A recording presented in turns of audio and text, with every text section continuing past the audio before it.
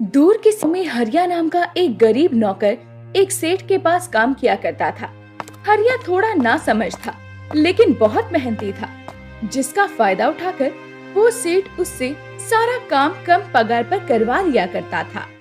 हरिया, ओ हरिया, कहाँ मर गया नालायक? आया मालिक। इतनी देर कैसे हो गई आने में? अंडे उठाने गया था या देने? वो मालिक शन्नू बहुत परेशान कर रही थी। कौन शन्नो? हमारी मुर्गी है ना शन्नू कम्मो, तो वो अंडे लेने ही नहीं दे रही थी, बार बार चोंच मार रही थी। हाँ, और तुझे देखकर जब इंसान ही गुस्से में आ जाता है तो वो तो जानवर है। अब इन अंडों की टोकरी को हाथ में लिए खड़ा रहेगा क्या? मेरे लिए चाय बना कर ला। जी मालिक, बनाता हूँ, लेकिन इन्हें कहाँ रखूं? ऐसा कर, इन्हें मेरे सर पर रख दे। सेठ के इतना कहते ही हरिया एक एक करके वो अंडे सेठ के सर पर मारने लगता है। ये देखकर सेठ गुस्से में हरिया से कहता है, अरे नालायक, ये क्या कर रहा है? अरे मालिक, अभी आप ही ने तो बोला था कि मेरे सर पर रख दे, तो मैं आपकी बात ही तो मान रहा हूँ। तुझे मैं कहूँगा कि अपनी सारी दौलत मुझे दे दे, तो क्या तू अपनी सारी दौलत दे देगा?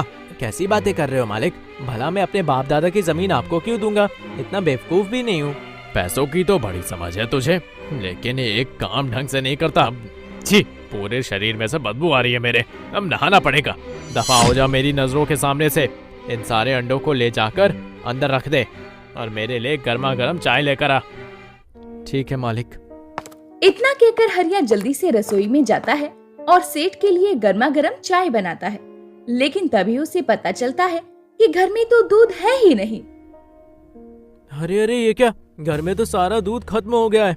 अब मैं क्या करूं? अगर सेठ जी को मैंने कह दिया कि दूध खत्म हो गया है तो वो मार मार कर मेरा भरता बना देंगे। ऐसा करता हूँ, सेठ जी को बिना बताए जल्दी से दूध लेकर आता हूँ। हरिया जल्दी से हाथ में दूध का बर्तन लेकर घर से बाहर निकलता है और जल्दी से दूध लेने के लिए निकलता है। रास्ते में उसे गांव का एक शराबी नजर आता है, जो हरिया को देखकर उससे कहता है, अरे हरिया भाई, हाथ में ये बर्तन लिए दौड़े दौड़े कहाँ जा रहे हो? ऐसा लग रहा है जैसे पिछवाड़े से अभी सारा मल निकलने वाला हो।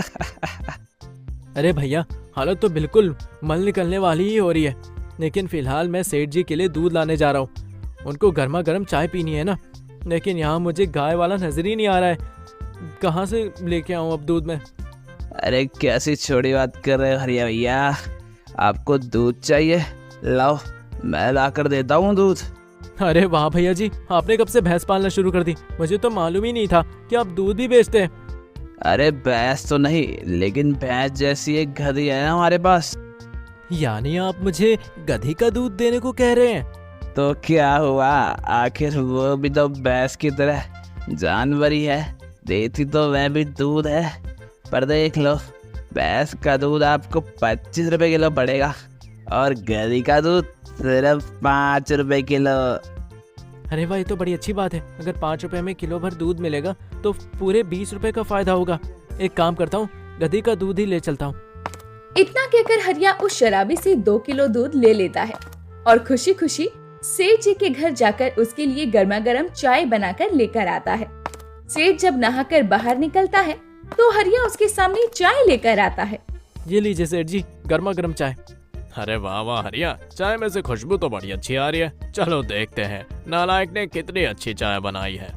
हाँ हाँ सेठ जी, एक बार पी कर तो देखिए। अरे वाह हरिया, स्वाद तो बड़ा ही मजेदार है। आज से पहले मैंने इतनी अच्छी चाय कभी नहीं पी। लगता है दूधिया की गाय ने अच्छा चारा खाना शुरू कर दिया है, तभी तो इतना स्वादिष्ट दूध देने लगी है कि चाय भी इतनी लजीज बन रही है। सेठ जी, ये कमाल दूधिया की भैंस की दूध का नहीं है, ये तो गधी के दूध का कमाल है। इतना सुनते ही सेठ जी के मुंह से चाय निकल जाती है और हाथ में रखा कप जमीन पर गिर जाता है। अरे कमबख्त, यानी ये गधी के दूध की चाय है? तेरा दिमाग खराब है क्या, गधे की औलाद? अरे सेठ जी, आप ऐसा क्यों कह रहे हैं? आखिर ये भी तो एक जानवर ही है। जैसे भैंस दूध देती है वैसे भी ये भी तो देती है। दूध में क्या खराबी है? तू ही नालायक है। आज तक तूने किसी को देखा है गधे के दूध की चाय पीते हुए? और तुझे ये किसने कहा लाने के लिए? और पूरे गांव में भैंसें मर गई थी क्या जो तू ये लेकर आया? वो सेठ जी हमारे गांव में शराबी भैया है ना, उन्होंने कहा कि ये दूध भैंस के दूध से 20 रुपए सस्ता है, इसलिए मैं लाया। हे भगवान, उस शराबी की बातों में आकर तूने मुझे दफा हो जाए यहाँ से, वरना तेरी खाल उधेड़ दूंगा। इतना कहकर सेठ हरिया को वहाँ से भगा देता है और हरिया बेचारा मायूस नदी किनारे बैठकर मछलियों को खाना खिलाता है और उनसे बात करता है। कोई मुझे नहीं समझता, सबको लगता है मैं बेवकूफ हूँ। सेठ जी हमेशा मुझ पर गुस्सा करते हैं और चिल्लाते हैं। मैं कुछ भी जानबूझकर नहीं करता और गड़बड़ हो जाती है। तभी पानी की लहरों से टकराकर एक मछली पानी से बाहर नदी के किनारे आ जाती है और पानी न मिलने की वजह से तड़पने लगती है। अरे ये मछली तो नदी से बाहर आ गई है, इसे वापस अंदर डालना होगा वरना ये मर जाएगी। ये देखकर हरिया उस मछली को अपने हाथों में उठाकर वापस नदी के अंदर डाल देता है।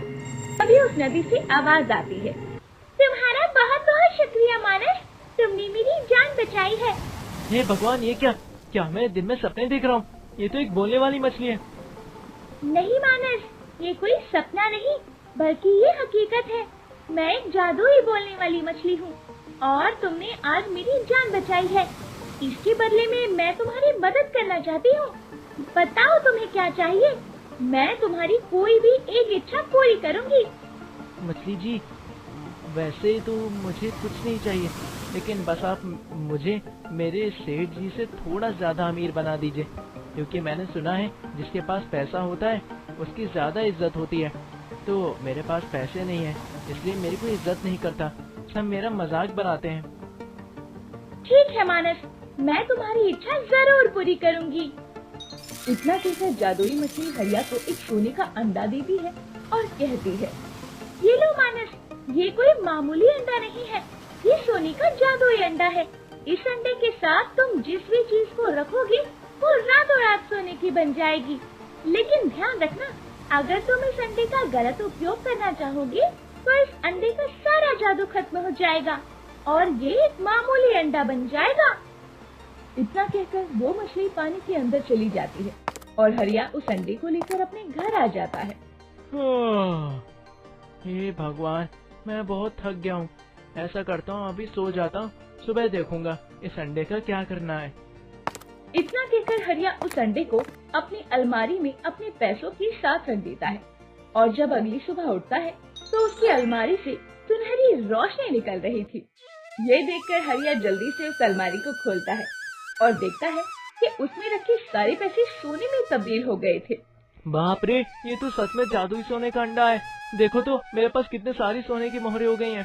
अब तो मैं सेठ जी से भी ज्यादा अमीर हो गया हूँ। हरिया उन सभी पैसों को लेकर शहर की ओर निकल जाता है और अपने लिए बढ़िया बढ़िया सामान और कपड़े लेकर आता है। हरिया को सूट-बूट में देखकर सभी गांव वाले हैरान थे। वहीं कुछ दिनों से हरिया के काम पर ना जाने की वजह से हरिया का सेठ बहुत नाराज था। ना जाने ये नालायक कहाँ चला गया, 2 दिन से इसका कोई अता पता नहीं है। तभी सेठ पेड़ के पास बैठा गांव के एक शराबी को देखकर कहता है, अरे भाई सुनो, तुमने हरिया को कहीं देखा है क्या? 2 दिन से वो नजर नहीं आ रहा नालायक। अरे सेठ जी, आपको नहीं पता, हरिया के तो ठाठ ही बदल गए हैं। अब वो पहले जैसा नालायक और बुद्धू नहीं रहा, अब वो तो अमीर हो गया है, अमीर। क्या कहा अमीर हो गया है? मैं भी किस शराबी से बात कर रहा हूँ, आगे जाकर पूछता हूँ किसी से। इतना कहकर सेठ हरिया के घर जाता है, जहाँ वो देखता है कि हरिया का जो कच्चा मकान था वो अब एक पक्के मकान में बदल चुका है। ये सब क्या है? कल तक तो ये टूटी फूटी झोपड़ी में रहा करता था, अब इसका खुद का पक्का मकान हो गया है। कुछ तो गड़बड़ है, पता लगाना पड़ेगा। इतना कहकर सेठ हरिया के घर के अंदर जाता है, जहाँ वो देखता है कि हरिया के पैरों के पास 2 पहलवान बैठे हुए थे जो कि उसकी मालिश कर रहे थे। ये देखकर सेठ कहता है, अबे गधे की औलाद, तो ये सब क्या कर रहा है? अरे सेठ जी, आओ, चलो चलो बच्चों, बाहर जाओ, थोड़ी देर में बुलाता हूँ। ये सब क्या चल रहा है? कहीं तूने मेरी तिजोरी तो खाली नहीं कर दी? अचानक से तेरे पास इतने सारे पैसे कहाँ से आ गए? सेठ जी, बस ये कहो कि मछली की कृपा है सारी। मछली की कृपा? हरिया सेठ को अपनी पूरी कहानी सुनाता है। हरिया की बात सुनकर सेठ आधी रात को मौका देखकर उसके घर से वो सोने का जादुई अंडा चुरा लेता है और घर जाकर अपनी अलमारी में अंडा रखते हुए कहता है, ये जादुई अंडा मैं अपनी अलमारी में रखे सारे पैसों के साथ रख दूंगा। और सुबह होते ही मेरे सारे पैसे सोने में बदल जाएंगे और मैं सबसे ज्यादा मालदार हो जाऊंगा। अब तो बस मुझे सुबह का इंतजार है। अमीर होने की खुशी में सेठ को रात भर नींद नहीं आती। वो रात भर करवट बदलकर गुजारता है। जैसे ही सुबह होती है वो झटपट अपनी अलमारी के पास जाता है और अलमारी खोलकर देखता है। लेकिन ये देखकर वो हैरान हो जाता है कि जो सोने का अंडा उसने अलमारी में रखा था वो एक मामूली अंडे में बदल गया और उसके पैसों में भी बिल्कुल बदलाव नहीं आया। हे भगवान, ये सब क्या हो गया? मैंने तो यहाँ सोने का अंडा रखा था, फिर ये मामूली अंडा कहाँ से आ गया? लगता है इस जादुई अंडे का जादू अब खत्म हो गया है। अभी जाकर उस मछली से एक और अंडा लेकर आता हूँ। इतना कहते ही सेठ झटपट नदी के किनारे पहुँचता है। वहाँ खड़े होकर जोर जोर से आवाज लगाने लगता है, लेकिन नदी से उसे कोई जवाब नहीं मिलता। इसके बाद गुस्से में आकर सेठ वहाँ पड़े छोटे छोटे पत्थरों को नदी में फेंकने लगता है। अचानक नदी से बुलबुलें उठने लगती हैं और तभी वो जादुई मछली नदी से बाहर आती है। ये देखकर सेठ से वो कहती है, तुम ये सही नहीं कर रहे हो मानस। जो पत्थर तुम नदी में फेंक रहे हो उनसे नदी के बाकी प्राणियों को तकलीफ हो रही है। मुझे उससे कोई फर्क नहीं पड़ता। मैं यहाँ तुमसे सोने का जादुई अंडा लेने आया हूँ, जैसा तुमने उस हरिया को दिया था। मुझे भी वैसा ही एक सोने का जादुई अंडा चाहिए। मैं भी इस दुनिया का सबसे अमीर इंसान बनना चाहता हूँ। अगर तुमने मुझे सोने का जादुई अंडा नहीं दिया तो मैं नदी में बहुत सारे पत्थर फेंकूंगा और तुम्हारा जीना दुश्वार कर दूंगा। तुम एक बहुत लालची इंसान हो। अपने स्वार्थ के लिए बाकी प्राणियों को दुख पहुंचा रहे हो, इसीलिए तुम्हें सजा जरूर मिलेगी। इतना कहकर मछली अपने जादू से लालची सेठ को एक कौवे में तब्दील कर देती है और कहती है, जब तक तुम्हें अपनी गलती का एहसास नहीं होगा तब तक तुम एक कौवे के रूप में यहाँ से वहाँ भटकते रहोगे और तुम्हें बाकी जीव जंतुओं की तकलीफ के बारे में मालूम होगा। जिस दिन तुम्हें अपनी गलती का एहसास होगा उस दिन तुम वापस अपने असली रूप में आ जाओगी। इतना कहकर मछली वापस नदी में चली जाती है और लालची सेठ कौवा बनकर यहाँ से वहाँ उड़ता जाता है। इसीलिए कहते हैं दोस्तों कि कभी भी लालच नहीं करना चाहिए, वरना उसका परिणाम बहुत बुरा हो सकता है।